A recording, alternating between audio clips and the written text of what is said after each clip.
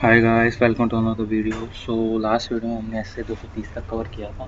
हम इसमें आगे कर रहे हैं 240 से शुरू। सो 240 क्या बोलता है? Responsibility related to fraud in the audit of financial statement. Basically fraud से रिलेटेड क्या क्या उसकी रिस्पॉन्सिबिलिटीज होंगी। सो ऑडिटर का अकाउंट है बोले कंपनी का for a year ended 31 March.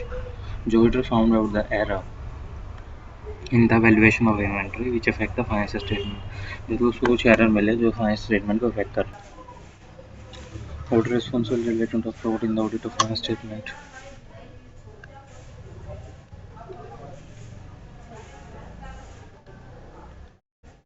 If the circumstances indicate the possible extent of fraud and error, अगर circumstances आपको ये बोलते हैं तो फ्रॉड और एरर होने के चांसेस है और ऑडिटर को ये कंसिडर कर रहा है कि पोटेंशियल इफेक्ट है इन एरर्स का। लाइक जो एरर्स होंगे उनका काफ़ी ज़्यादा इम्पैक्ट पड़ेगा और इसकी वजह से कोई फ्रॉड भी हो सकता है आपका, या कोई फ्रॉड है उसकी वजह से एरर हो रहे हैं।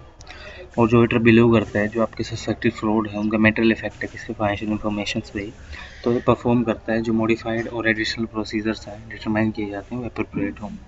और एस से 240 बेसिकली इस चीज़ को रिक्वायर करता है। जो ऑडिटर आइडेंटिफाई कर रहा है मिस स्टेटमेंट, वो बेसिकली इवेलुएट करें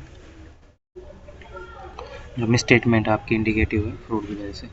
अगर कोई इंडिकेशन हो रही है और ऑडिटर इवेलुएट करता है implication of misstatement in the relation to audit, अगर बेसिकली आपकी कोई इंडिकेशन हो रही है और ऑडिटर इवेलुएट करता है implication of misstatement in relation to the other aspect of audit, तो बेसिकली आपकी रिलायबिलिटी देखी जाएगी, मैनेजमेंट के रिप्रेजेंटेशन की रिकॉग्नाइज करेगा जो फ्रॉड है आपकी वो आइसोलेटेड अकरेंस में हो रहे हैं। तो मेजोरिटी है आपकी प्लानिंग में परफॉर्मिंग में, तो बेसिकली ये भी देखेगा कि ऑडिटर आपका कंसिडर करे जो रिक्वेस्ट की जा रही है मैनेजमेंट से वो एडजस्ट हो जाएगी फाइनेंशियल स्टेटमेंट के साथ और कंसिडर करें ऑडिट प्रोसीजर्स को।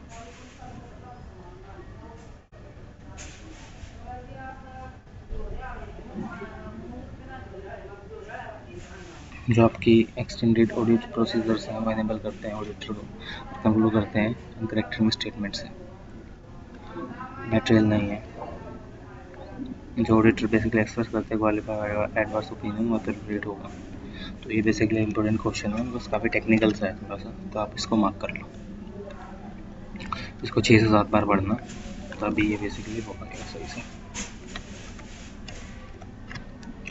नेक्स्ट क्या है? Mister honest. Mister honest enter होता है ट्रांजेक्शन 5 मार्च को और जो एग्री करता है भाई 5 लाख रुपए पे करेगा पर मंथ एक वाई को एनुअल रिटेनरशिप फीस, और जो अमाउंट है आपकी एक्चुअली पेड की गई है वो 60 लाख प्रोवाइड किए गए हैं बुक्स ऑफ अकाउंट में। आपको इंक्वायरी करनी है और बेसिकली रिस्पॉन्स देना है नीड बेस्ड कंसल्टेशन के हिसाब से जो आपको ऑडिटर ऑनेस्ट लिमिटेड का क्या आप उसको अप्रोच कराओगे।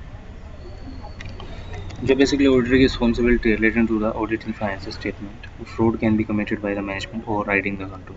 बेसिकली आपका फ्रॉड कमिट किया जाता है मैनेजमेंट के द्वारा जो कंट्रोल को ओवर राइड करे और बेसिकली टेक्निक्स को यूज़ करे और रिकॉर्ड करे फिक्चर्स या जर्नल एंट्रीज को जो बेसिकली आपके क्लोज हैं किसी अकाउंटिंग पीरियड के लिए, या आपकी मैनिपुलेट करे ऑपरेटिंग रिजल्ट्स को या अचीव करे अदर ऑब्जेक्टिव। जो कंपनी है वो पास करेगी fix year journal entry near the year to manipulate the operating result. Basically company basically fix year journal entries pass करेगी आपके रिजल्ट्स को मैनिपुलेट करने के लिए, और जो ऑडिटर की इंक्वायरी है रिस्पॉन्स के बेसिस पे वो नीड बेस्ड कंसल्टेशन है जो आपके ऑब्टेन की जा रही है अराउंड द ईयर। ठीक है, एक चीज़ होगी। और जो डॉक्यूमेंट्री या दूसरे एविडेंस है रिसिप्ट ऑफ सर्विस के वो एक्सेप्टेबल नहीं है। ऑडिटर अडोप्ट करेगा ये फॉलोइंग अप्रोचेस। अगर आपका मिस स्टेटमेंट है, अगर आपकी बेसिक रिजल्ट है मिस स्टेटमेंट का फ्रॉड से रिजल्ट हो रहा है तो ऑडिटर एनकाउंटर करेगा एक्सेप्शनल सर्कमस्टांसेस और बेसिकली जो क्वेश्चंस के थ्रू राइज हो रहे हैं और जो ऑडिटर की एबिलिटी है कंटिन्यू करने की आपके ऑडिट को। सबसे पहले डिटरमाइन करो, सबसे पहले क्या करो डिटरमाइन करो प्रोफेशनल लीगल रिस्पॉन्सिबिलिटी जो सर्कमस्टांसेस में एप्लीकेबल हो रही हैं। ये अप्रोप्रिएट करो जो एंगेजमेंट से विड्रॉ हो रही हैं चीज़ें वो बेसिकली लीगली परमिटेड होनी चाहिए। और जो ऑडिटर विड्रॉ करता है, अगर विड्रॉ करता है अगर ऑडिटर विड्रॉ करता है तो डिस्कस करो अप्रोप्रिएट लेवल ऑफ मैनेजमेंट और दो चार्जेस गवर्नेंस, और आपके जो रीज़न है विड्रॉल के वो भी डालो। डिटरमाइन करो कोई प्रोफेशनल लीगल रिक्वायरमेंट्स तो नहीं है रिपोर्ट करने के लिए किसी पर्सन को और जैसे रेगुलेटरी अथॉरिटीज़ को या एंगेजमेंट को, ये सारी चीज़ें यहाँ पे नहीं। जो ऑडिटर है कंपनी का अगर उसको ये लगता है कि कोई फ्रॉड हो रहा है और वो ऑफेंस इसकी वजह से फ्रॉड हो रहा है तो अगर उसकी अमाउंट 1 करोड़ से ज़्यादा है तो बेसिकली रिपोर्ट करेगा सेंट्रल गवर्नमेंट को मैटर, अगर लेस देन 1 करोड़ है फ्रॉड, अगर आपका लेस देन 1 करोड़ है तो बेसिकली टाइम और मैनर में प्रिस्क्राइब किया जाता है। फ्रॉड है किसी कंपनी का या किसी कंपनी के द्वारा जो ऑफिसर एम्प्लॉय नोटिस करते हैं बेसिकली रिपोर्ट करो, उसको रूलिंग देगी।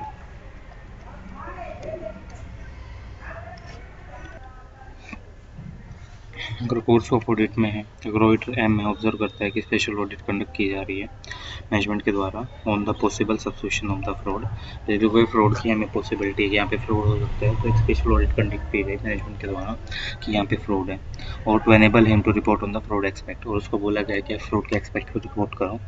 अलग अलग रिमाइंडर्स आए, लेकिन जो एब्सेंस ऑफ ऑडिट रिपोर्ट है एम इंसिस्ट करता है कि प्रोवाइड की जाएगी एटलीस्ट रिटर्न रिप्रेजेंटेशन। अलग अलग रिमाइंडर्स आए, लेकिन जो आपके ऑडिट रिपोर्ट में प्रेजेंट की जाएगी रिटर्न रिप्रेजेंटेशन में, और जो मैनेजमेंट है वो रिमेन साइलेंट रहेगा इस चीज़ पे।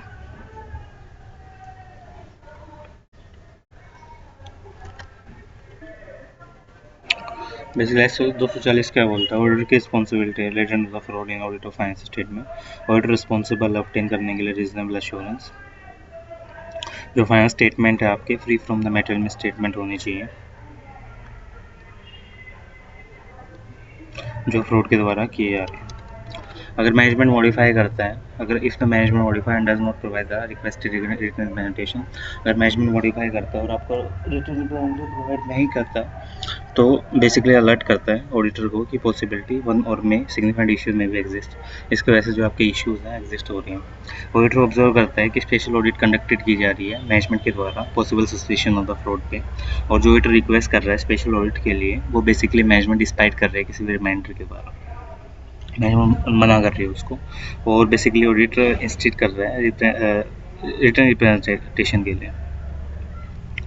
तो बेसिकली ये नोटेड किया जाएगा अगर मैनेजमेंट ये प्रोवाइड नहीं करा रही है रिक्वेस्ट रिटर्न रिप्रेजेंटेशन में, तो ऑडिटर डिस्कस करेगा मैटर मैनेजमेंट के साथ और इवेलुएट करेगा इंटीग्रिटी ऑफ मैनेजमेंट,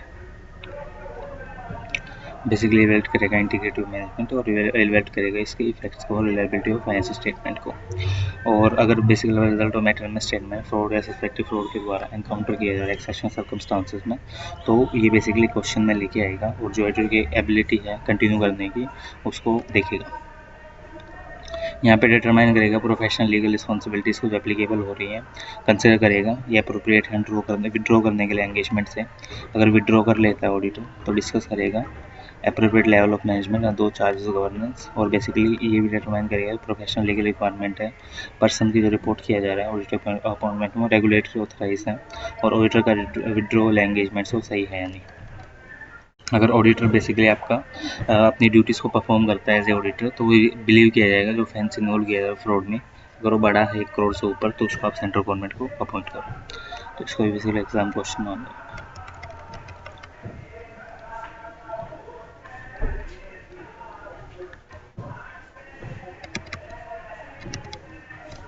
नेक्स्ट है question 15। In the course of audit you सबसे the management has indulged in the financial reporting activity, state the possible source of the fraud। Basically fraud के क्या क्या possible sources हो सकते हैं। So basically fraud can be committed by the overriding the control such as technique. Fraud basically आपके controls को override करके किया जा सकता है, या तो आप फिक्सिस रिकॉर्ड जनरल एंट्रीज उनको आपने गलत रिकॉर्ड कर दिया, इनअप्रोप्रिएटली एडजस्ट कर लिया अपने अजम्पशंस या चेंज कर ली जजमेंट एस्टिमेट के बेसिस पे, या बेसिकली आपने एडवांसेस हैं उनको ओमिट कर दिया, वो डालना वहाँ पे भूल गए, लाइक किसी से एडवांस आया था आपने पैसा डाला ही नहीं किसी इवेंट में, एंगेज कर लिया कॉम्प्लेक्स ट्रांजेक्शंस में, लाइक जितनी भी ट्रांजेक्शन्स हो रही थी उसमें डाल दिया, बेसिकली आपने रिकॉर्ड्स हैं उनको ऑल्टर कर दिया, जितने भी रिकॉर्ड्स थे उनमें चेंजेस कर दिए, या जो आपके रिसिप्ट्स हैं उनको एम्बेजल कर दिया, लाइक आपने जो आपकी कलेक्शन हो रही थी अकाउंट रिसीवेबल्स की उनको डाइवर्ट कर दिया रिसिप्ट्स को अलग अलग चीज़ों, स्टील कर ली फिजिकल एसेट्स या इंटेलेक्चुअल प्रॉपर्टी जितनी भी आपको उनको चोरी कर लिया आपने, causing an entity for payment the goods and service not received, basically आपकी जो पेमेंट आई थी गुड्स एंड सर्विसेज वो रिकॉर्ड ही नहीं किया और एंटिटी के एसेट्स से आपने पर्सनल यूज़ में यूज़ कर लिया, तो वो चीज़ें हो सकती हैं।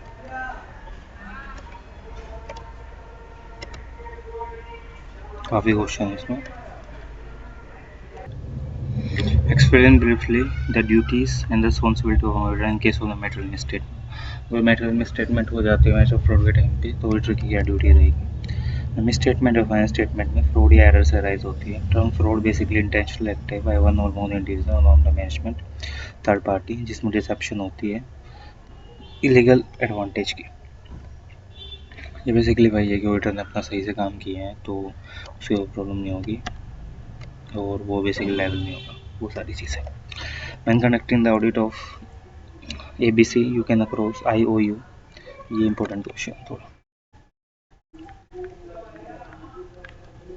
ऑडिट करते हुए हमें एक चीज़ मिली, IOU amount 10 crore as against the cash shown in the books of 2.10 crore. Also observe that the did by the similar in the high balance throughout the year and a small amount of the 50,000 withdrawn from the bank to meet the day-to-day expenses. Statutory however deal. So auditor की responsibility है fraud के related. Basically auditor कम अगर auditor को ये circumstances मिले जिसमें possible misstatement है fraud की, तो ऑडिटर बेसिकली कंसिडर करेगा इम्पैक्ट ऑफ फ्रॉड और उसका डिस्क्लोजर करेगा ऑडिट रिपोर्ट में। अगर सर्कमस्टांस इंडिकेट करते हैं पॉसिबल मिसस्टेटमेंट को ड्यू टू द फ्रॉड और एरर, तो ऑडिटर बेसिकली इन्वेस्टिगेट करेगा इसका इफेक्ट डालने के लिए फाइनेंशियल स्टेटमेंट के ऊपर। जो गाइडेंस नोट है आपका audit of cash and bank balance के बीच में, अगर वो एंटिटी मेंटेन करती है लार्ज बैलेंस ऑफ कैश तो कैरी आउट करेगी सरप्राइज वेरिफिकेशन कैश की ज़्यादा फ्रिक्वेंटली असरटेन करने के लिए जितना एग्री कर रहा है वो चीज़। अगर कैश इन हैंड है, एग्रीमेंट नहीं है बुक बैलेंस के, तो एक्सप्लेनेशन देता है। अगर बिजनेस इफेक्ट नहीं है तो ये फैक्ट बेसिकली अप्रोप्रिएट डाले जाते हैं ऑडिट रिपोर्ट में।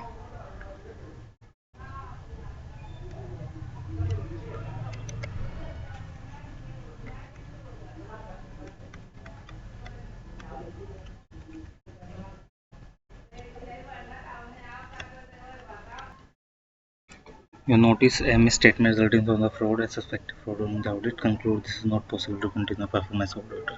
How we to deal?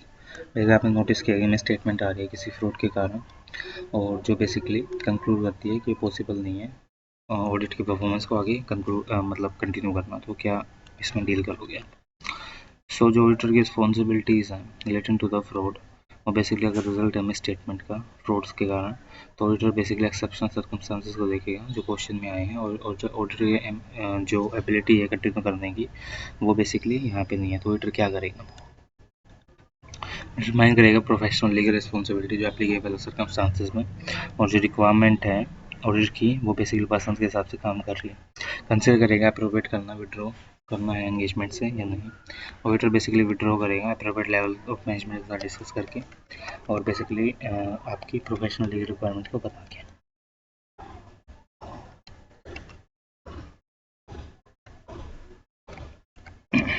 दो क्वेश्चन है टीमिंग एंड लीडिंग का। एक तो आपका फ्रॉड किसी और की चीज़ें बेसिकली हमने यहाँ डाल दी, एक तो वो है, ये थोड़ा इंपॉर्टेंट है, इसको मार्क कर लो।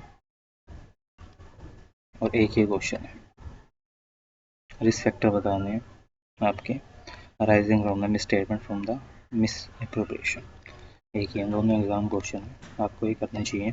इनके बेसिकली आप पॉइंट्स मार्कआउट कर लेना, जैसे इंसेंटिव या प्रेशर होते हैं, मतलब क्यों फ्रॉड होते हैं, जैसा एम्प्लॉयज़ क्यों फ्रॉड करते हैं। सबसे पहले आपने इंसेंटिव प्रेशर डाल दिया उन पर कि भाई तुम 100 एक तरह से 1000 अकाउंट्स खोलोगे तुम्हें 10,000 का बोनस मिलेगा, तो कैसे भी करके मतलब खोलेंगे, इस बैंक वालों को हमने देखा होगा।